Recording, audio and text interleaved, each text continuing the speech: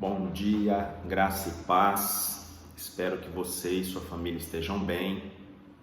Estou aqui direto do escritório pastoral hoje para a gente poder estudar mais um livro da Palavra de Deus no nosso estudo panorâmico da Bíblia, né?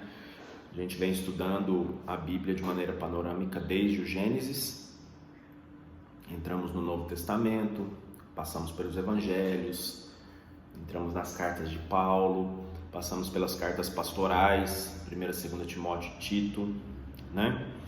E hoje, como não poderia ser diferente, nós estudaremos a carta de Paulo, ou a epístola de Paulo. Nós já estudamos a diferença entre carta e epístola, o que caracteriza uma coisa da outra e a outra. Então, se você não viu o estudo da semana passada e fica, mas é carta ou é epístola? Assista o vídeo da semana passada, carta de Paulo a Tito, epístola de Paulo a Tito, e você vai ver que ainda no início do vídeo a gente fala sobre essa diferenciação entre carta e epístola, epístola e carta. Enfim, Paulo escreve a Filemon. Então, abra sua Bíblia. Em Filemon, você vai observar aí na sua Bíblia que Filemon é uma carta extremamente pequena, com 25 versos apenas, tem 25 versos, né?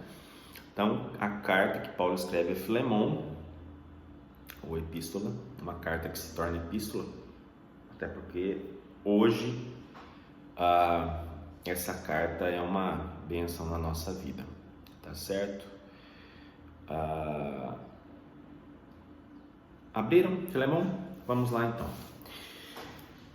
Algumas coisas muito interessantes. Primeiro, eu já gostaria de falar de antemão que o que Paulo escreve a Filemon tem uma temática muito complexa, que é a temática da escravidão. Presta atenção, a gente vai falar sobre isso hoje. A temática da escravidão faz parte de todo o texto que Paulo escreve a Filemon. Bom, Filemon era um cristão da igreja de Colossos. Então lembra lá a carta aos Colossenses? Então, na igreja de Colossos tinha um cristão, servo de Deus, chamado Filemon, tá? No texto aqui a gente vai encontrar um outro cidadão chamado Onésimo. Quem era Onésimo? Onésimo era um escravo de Filemon. E dá a entender, né, se a gente fizer uma leitura rápida, que Onésimo tinha fugido. Então, Onésimo era um escravo do cristão Filemon da igreja de Colossos. E aparentemente havia fugido. Tá bem? Muito bom. Nós não sabemos como foi que Onésimo encontrou Paulo. O que nós sabemos a partir deste texto, desses 25 versos, é que ele se converteu ouvindo a mensagem do evangelho que Paulo anunciava. Então a gente não sabe como que o Onésimo encontra o Paulo, mas a gente sabe que Onésimo converte-se a Cristo. O escravo fugitivo Onésimo se converte a Cristo a partir da mensagem pregada por Paulo, tá? Paulo então vai decidir que Onésimo deveria voltar para o seu dono. E por isso ele escreve essa carta para Filemon, dono de Onésimo. Para que Filemon recebesse Onésimo de volta, não apenas como um escravo, que ele era, mas também como um querido irmão em Cristo. Vale ressaltar ainda, porque diz que é meio polêmica a temática da escravidão, que Paulo não discute os direitos que as leis daquele tempo davam ao dono de um escravo. Paulo não discute os direitos que as leis daquela época, daquele tempo, davam aos donos de um escravo, tá bom? Então, ele não entra neste questionamento. Para resolver essa questão, o que é que Paulo faz então? Paulo aplica a lei do amor cristão. que é a mais alta lei que existe. Então ele vem aqui nesse texto falar com Filemon para que ele receba Onésimo, escravo fugitivo, a gente vai ver sobre isso aqui, aplicando a lei do amor cristão, a mais alta lei. Bom, estou fazendo assim para fugitivo, então vamos lá. Onésimo seria um escravo ladrão e fugitivo, um ladrão e fujão? Vamos olhar lá então em Filemon, 2 versos, 17 e 18. Abra aí sua Bíblia, estou abrindo a minha aqui. 17 e 18, olha só como está escrito. Se, portanto, me consideras companheiro, recebe-o como se fosse a mim mesmo. E se algum dano te fez, se roubou alguma coisa, se é um escravo ladrão, ou se te deve alguma coisa, lança tudo em minha conta. O verso 18 diz: se algum dano fez e se te deve alguma coisa, lança tudo em minha conta. Diz Paulo a Filemon sobre a situação de Onésimo. Se fugiu, causou dano, pois ele era uma mercadoria. O escravo sempre foi tratado como mercadoria. Se fugiu, causou dano. Se foi enviado por Filemon para encontrar Paulo, então ele não fugiu. Então não causou dano. Não há nada na carta, Filemon, que prove que o Onésimo era um escravo ladrão e fugitivo, né? Que havia escapado. Então não há nada no texto que prove que o Onésimo fosse ladrão e fujão.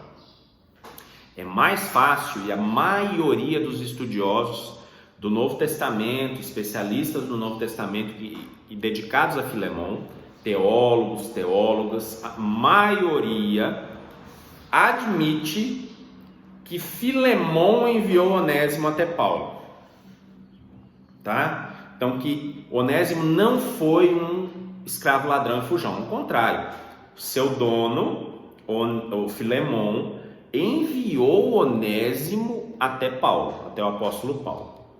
Essa é uma introdução. Vocês já perceberam que falar da temática da escravidão, ainda mais no contexto da palavra de Deus, é algo no mínimo delicado, né?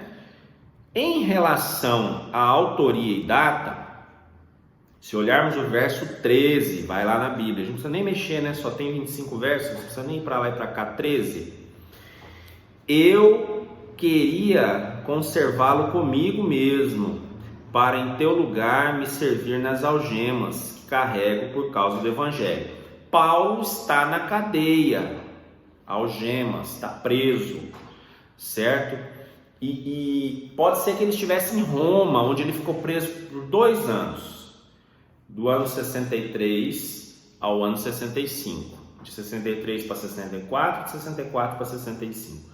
Então, a carta de Paulo a Filemon foi escrita aí entre anos 63 e 65 da era cristã.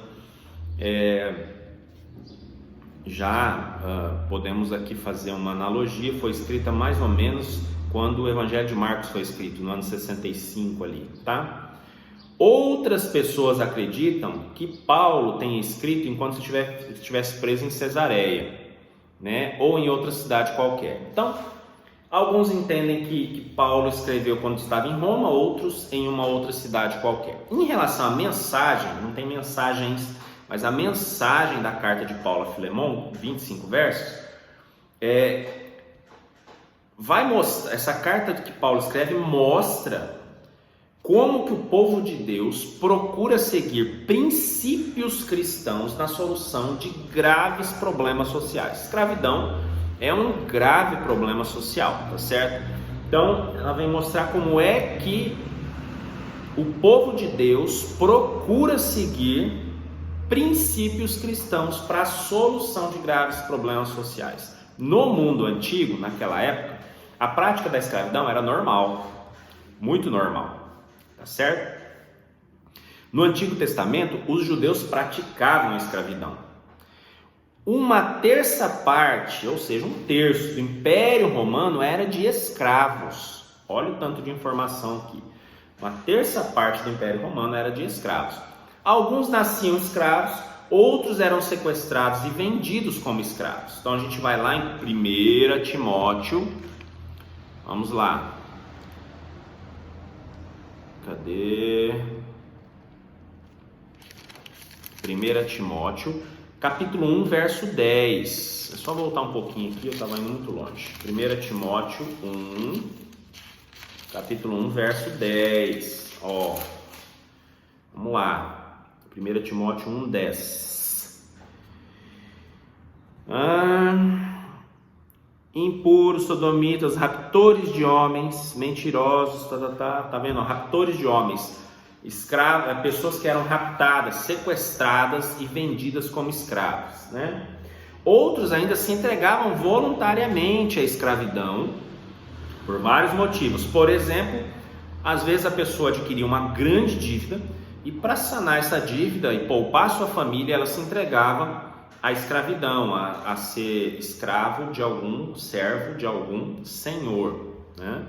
Então era uma prática muito comum. A escravidão não tinha nada a ver com raça ou a cor da pele da pessoa, nada a ver com raça ou a cor da pele da pessoa. Na época do mundo antigo, não tinha nada a ver com isso. Isso vem depois, muitos anos depois, na realidade aqui do mundo ocidental, né? Onde os escravos foram enviados à América, enfim. Nós conhecemos a história, mas naquela época, raça ou cor da pele não tinha nada a ver com a escravidão. Muitas vezes os escravos eram libertos quando chegavam aos 30 anos de idade. Então eles trabalhavam no vigor da sua força física e aos 30 anos de idade eram libertos. Muitas vezes, não sempre, mas muitas vezes. Outros ainda conseguiam comprar a sua liberdade. Também essa é uma prática que acontecia muito, né? Muitos escravos se tornaram cristãos. Então agora a gente vai fazer um passeiozinho pela Bíblia, rápido. Mas nós temos alguns textos interessantes. 1 Coríntios, 1 Coríntios, capítulo 7. Vou abrir com você, 7, verso 21. 1 Coríntios, está aqui, 7, 21. Deixa eu ver aqui. Foste chamado sendo escravo? Não te preocupes com isso, mas se ainda podes tornar-te livre, aproveita a oportunidade. Então, foi chamado sendo escravo, não tem problema. Colossenses, Gálatas, Efésios, Filipenses, Colossenses. Vamos lá. Colossenses, capítulo 3, verso 22. 3:22, nós leremos até o 4, verso 1. Colossenses 3:22. Servos, obedecei em tudo ao vosso Senhor segundo a carne, não servindo apenas sob vigilância, visando tão somente agradar homens, mas em singeleza de coração, temendo ao Senhor. Tudo quanto fizerdes, fazei-o de todo o coração, como para o Senhor e não para homens, cientes de que recebereis do Senhor a recompensa da herança. A Cristo o Senhor é quem estáis servindo. Pois aquele que faz injustiça receberá em troco a injustiça feita, e nisto não há acepção de pessoas. Senhores, tratai os servos com justiça e com equidade, certos de que também vós tendes o Senhor no céu. Então, pessoas que estavam na condição de escravos e escravas converteram-se ao cristianismo, tá certo? Volta aí um pouquinho em Efésios, o Efésios capítulo 6, Efésios 6, do 5 ao 9, Efésios 6, de 5 a 9, quanto a vós outros servos, obedecei a vosso Senhor segundo a carne, com temor e tremor, na sinceridade do vosso coração, como a Cristo, e não servindo à vista como para agradar a homens, mas como servos de Cristo, fazendo de coração a vontade de Deus. servindo de boa vontade como ao Senhor e não como a homens, certos de que cada um, se fizer alguma coisa boa, receberá isso outra vez do Senhor, quer seja servo, quer livre. E vós, senhores, de igual modo, procedei para com eles, deixando as ameaças, sabendo que o Senhor, tanto deles como vosso, está nos céus, e que para com ele não há acepção de pessoas. Ou seja, Colossenses, Efésios, como lá em Filemão, a ideia da escravidão não está sendo discutida. A escravidão era algo natural, era algo normal. Infelizmente, era uma realidade do mundo antigo. O que a Bíblia vem dizer é: quer você seja escravo ou senhor do escravo, procedam a partir dos valores cristãos, né? Até porque o Senhor que está nos céus, que é o mesmo Senhor do escravo e do Senhor de escravos, ele não faz acepção de pessoas. Então não importa se você é escravo, se você é um senhor de escravo, Deus não vai fazer acepção de pessoas, né? Ele trata a todos de maneira amorosa, misericordiosa, com perdão e graça, com equidade. Esse é o nosso Deus, tá? 1 Timóteo 6, agora a gente vai lá mais pertinho um pouquinho, 1 Timóteo 6, versos 1 e 2, olha só o tanto de texto. 1 Timóteo 6, 1 e 2. Todos os servos que estão debaixo do jugo considerem dignos de toda a honra o próprio Senhor, para que o nome de Deus e a doutrina não sejam blasfemados. Também os que têm Senhor fiel não o tratem com desrespeito, porque é irmão. Pelo contrário, trabalhem ainda mais, pois ele que partilha do seu bom serviço é crente e amado, ensina e recomenda estas coisas. Ou seja,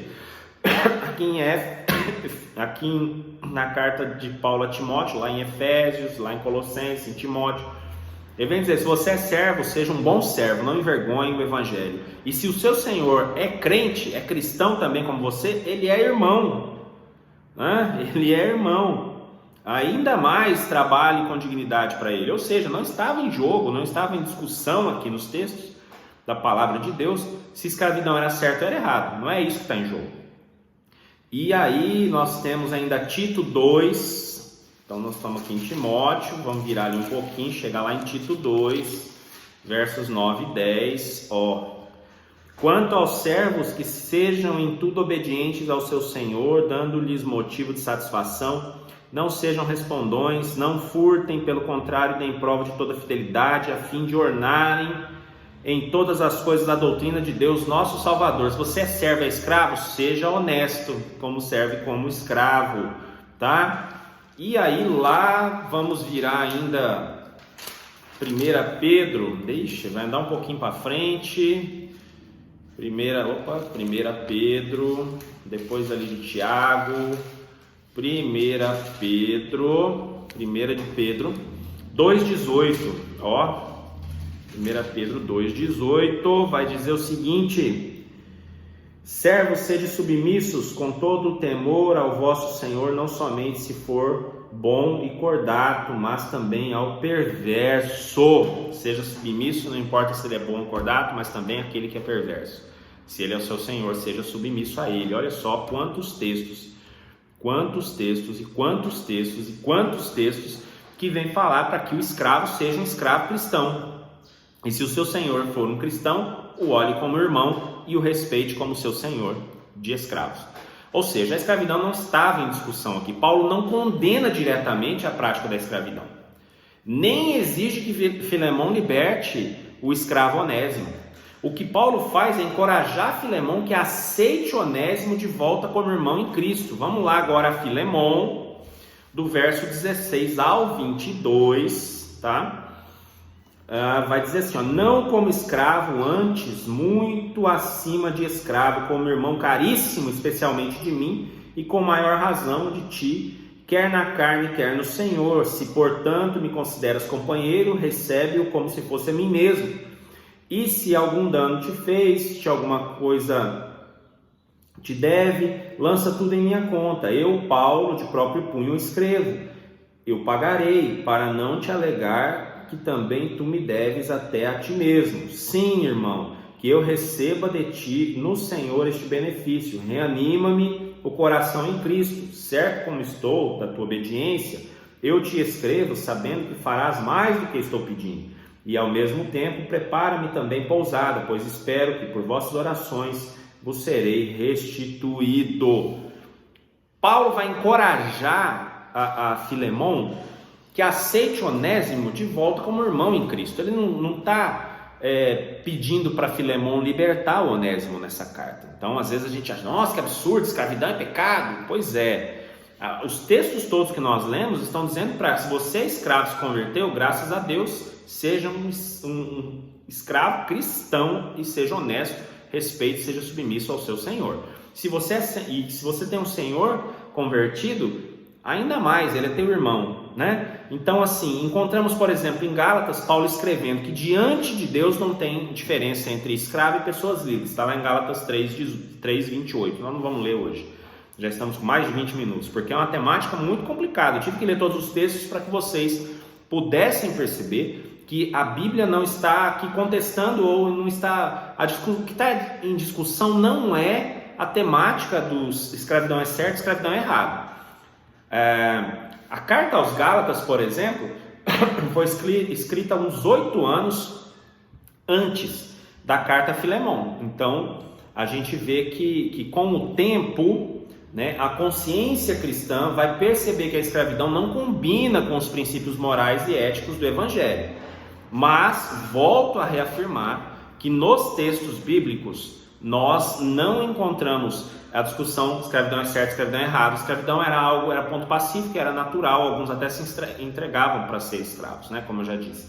Então, aqui a gente não veio discutir se escravidão é certo, é errado, pecado, não pecado. O que a gente veio mostrar é que na Bíblia, a temática da escravidão era algo no mundo antigo, era algo muito normal, muito natural, tá? Claro que, como eu disse, com o passar do tempo, a consciência cristã vai perceber que a escravidão não combina com os princípios morais e éticos do Evangelho, com os valores do reino de Deus, né? Mas isso é uma evolução histórica do cristianismo. Tudo bem? Você deve ter ficado cheio de dúvida, né? Mas será que escravidão é pecado ou não é pecado então? Já que a Bíblia está orientando tanta coisa no sentido assim do escravo e do senhor de escravo. Uma boa temática e nós podemos discutir essa temática talvez no estudo de quinta-feira, uma temática mais contemporânea, até porque temos discutido aí muito na mídia e nas redes sociais sobre a questão do racismo, por exemplo, né? Eu disse que naquela época raça e cor de pele não tinha nada a ver com escravidão, isso não determinava quem ia ser o escravo. Quem sabe na quinta-feira a gente bate um papo sobre a temática da escravidão de maneira contemporânea, contextualizada e já com essa consciência cristã que percebe a escravidão totalmente discordante dos princípios morais e éticos do Evangelho e dos valores do reino de Deus.